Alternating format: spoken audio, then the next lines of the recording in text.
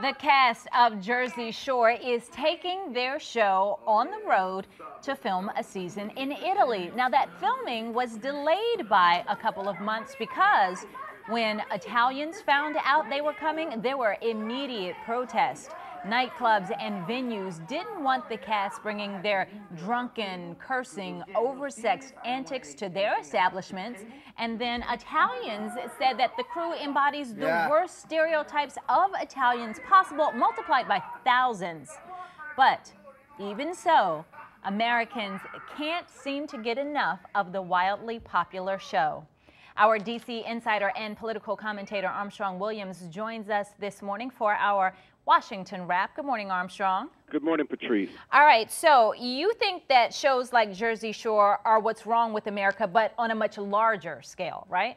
You know, Patrice, without a doubt, there continues to be a disturbing increase in shows that promote dysfunctional families, illegitimate births, the worst value system that you could ever think about. It doesn't take into consideration the strong two-parent household, that parents actually get along with their children actually do well in school, and I'm telling you, it's deteriorating in our society.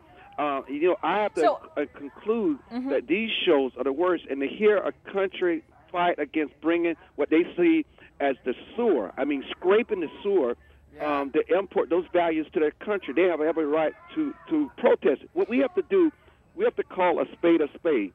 There is an absolutely lower class culture that's beginning to permeate and dominate the society of ours.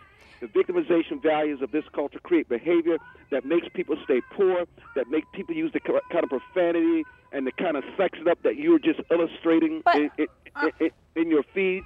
Armstrong, let me ask you though. It sounds like you're putting all the blame of what's wrong with the world on this lower class. But what responsibility do others have in this? Because we're watching them, you know, on television, but it's not the lower class who owns those television stations or who can produce those shows. So everybody seems to have a hand in what's going on and you know, getting rid of our values. You know what? When you promote a zero-sum mentality that leads to crime, encourages misogyny, which leads to the breakdown of the family structure and contributes to the lack of traditional successful male roles in the society.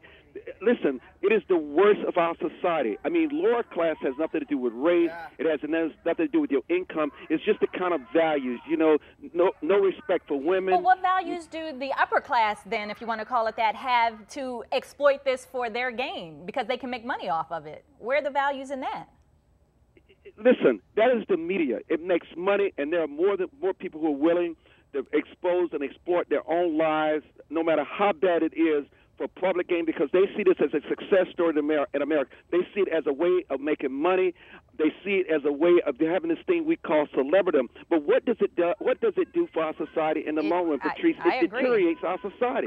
Armstrong, I completely agree with you on that. I think just the question is who's to blame, who's all involved. But we could go on for this for hours. We have to wrap it up there, though. Armstrong, thank you so much for calling in. Thank you, Patrice.